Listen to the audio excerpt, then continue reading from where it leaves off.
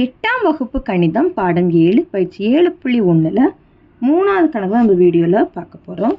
3வது கேள்வி என்னன்னு பாருங்க. ஒரு மேல்நிலை பள்ளியில் 11ஆம் வகுப்பில் கீழ்வரும் 3 பிரிவுகள் உள்ளன.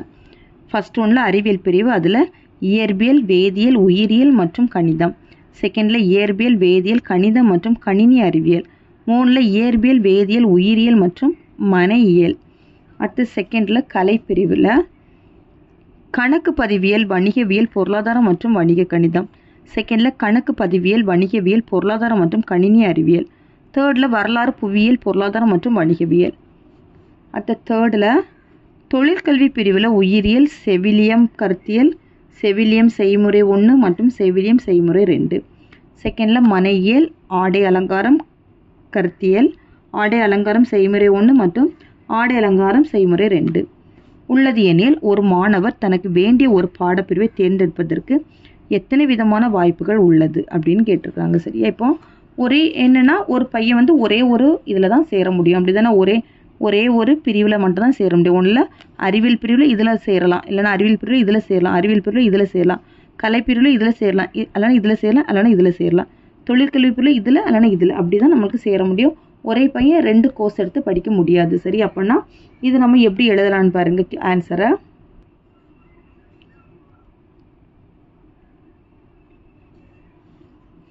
அறிவியல் பிரிவில்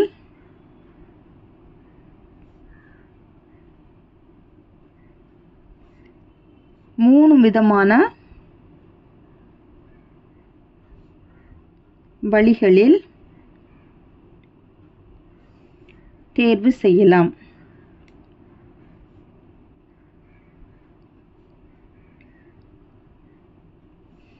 அடுத்தது கலை பிரிவில்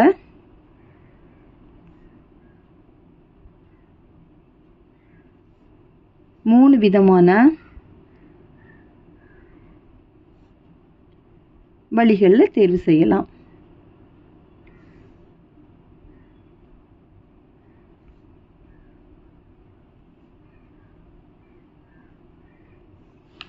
தொழிற்கல்வியில்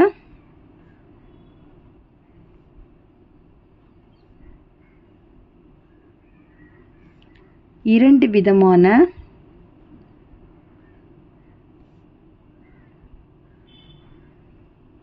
வழிகளில் தேர்வு செய்யலாம்.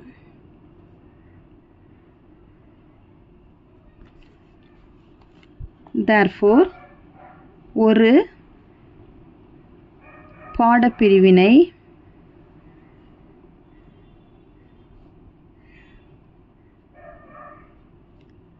தேர்ந்தெடுப்பதற்கு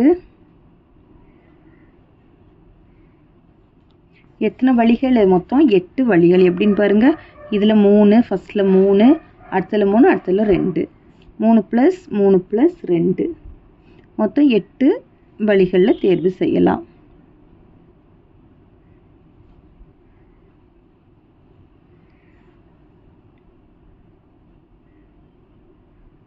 அவ்வளோதான் 3வது கணக்கு.